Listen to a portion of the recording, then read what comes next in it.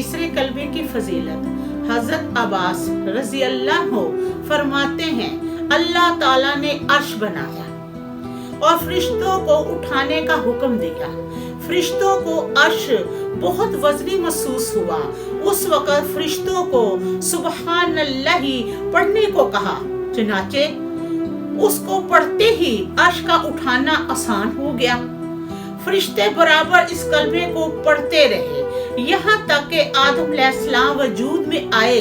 آدم علیہ السلام کو چھینک آئی، الحمدللہ کہنے کا حکم دیا گیا، اور جو سنے چھینک کو اس کے جواب میں یہ ہے کہ اللہ تعالیٰ رحم فرما۔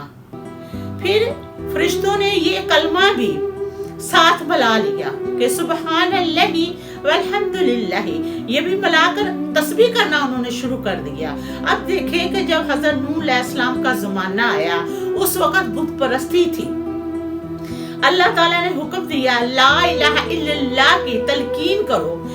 فرشتوں نے اس کو بھی پڑھنا ملا کر شروع کر دیا، سبحان اللہ والحمدللہ ولا الہ الا اللہ، یہ پڑھنا شروع کر دیا۔ اب دیکھیں کہ ابراہیم علیہ السلام کا دور آیا تو اللہ تعالیٰ نے فرمایا کہ اسماعیل علیہ السلام کی قربانی کا حکم ملا، تو انہوں نے اپنے اللہ تعالیٰ کا حکم مانا، لے کر اسماعیل علیہ السلام کو چل پڑے، اور جنت سے جبریل امین علیہ السلام دمبا لے کر آ گئے۔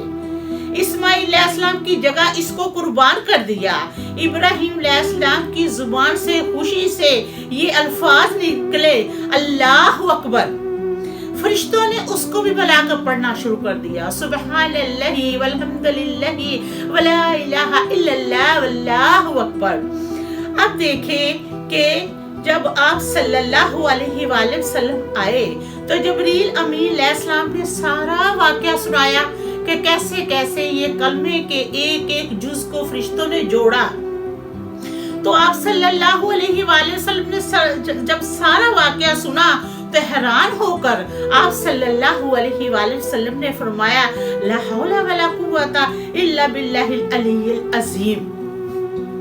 تو فرشتوں نے پھر جبریل امین علیہ السلام نے فرشتوں کو کہا کہ اس پر جبریل امین علیہ السلام نے فرمایا اس کلمے کو پہلے کلمات کے ساتھ جوڑ دیا جائے، سبحان اللہ والحمدللہ ولا الہ الا اللہ واللہ اکبر ولا حول ولا قوت الا باللہ العلی العظیم۔